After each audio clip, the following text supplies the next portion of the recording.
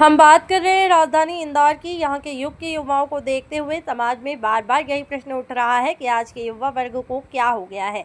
शादी को एक खिलवाड़ बना दिया है। हमेशा हर किसी का एक ही सपना होता है, हमारा परिवार अच्छे से रहे, हम सब एक साथ रहें।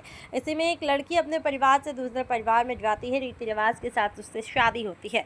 हिंदू धर्म में शादी एक बार होती है, लेकिन यहाँ पर ऐसा नहीं हुआ। चिंकी राठौर की शादी इंदौर में हिंदू रीति रिवाज से की गई और जब ससुराल पक्ष के लोग गुजरात पहुंचे तो परिवार वालों ने वहां जाकर दोबारा से शादी की सूचना। यह है कि क्या हिंदू धर्म पर 2 बार फेरे लिए जाते हैं, लेकिन यहाँ पर ऐसा हुआ। दिलीप राठौर पिता तेजू राठौर, यह परिवार इंदौर का ही रहने वाला है।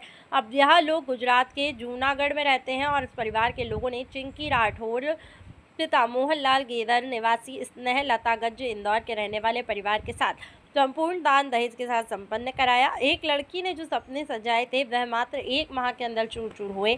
आज एक लड़की दर दर भटक रही है और अपने लिए न्याय की दर दर गुहार लगा रही है। देखिए खास रिपोर्ट में क्या कहा चिंकी राठौर ने।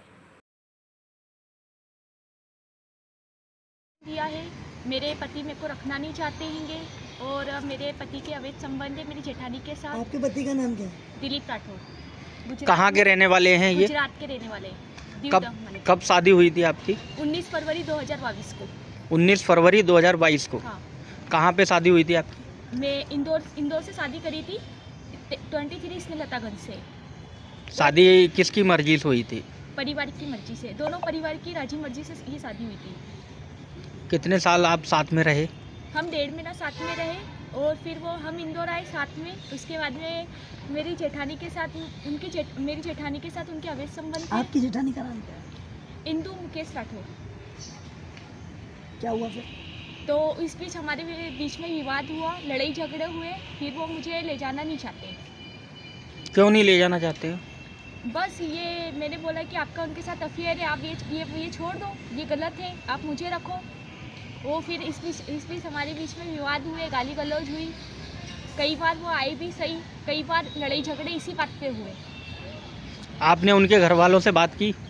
हाँ, एक बार बात की तो उन्होंने बोला कि आप दिलीप से बात करो, हमारा कोई मैटर नहीं है। आपकी जो शादी हुई थी उसमें कुछ दहेज वगैरह दिया गया था यार?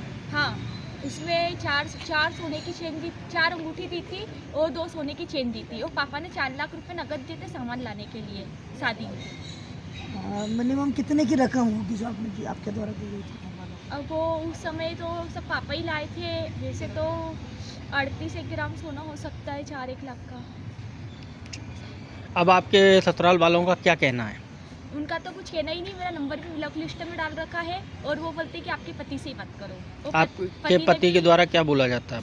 मेरे नंबर ब्लॉक लिस्ट में डाल देते हैं, मैं कुछ ज़्यादा बात करती हूँ तो, और मैं दूसरे नंबर से लगाती हूँ तो बोलते मुझे तेरे को मुझे रखना नहीं है।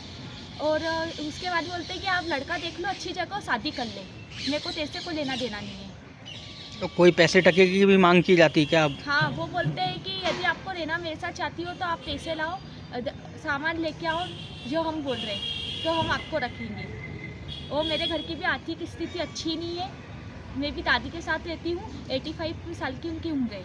अब आप क्या चाहते हैं? मैं चाहती हूँ मुझे न्याय मिले, मैं कब तक मायके में रहूँ? और मुझे बिल्कुल खर्चे के पैसे भी नहीं देते, मैं कब तक यहाँ पे रहूँ?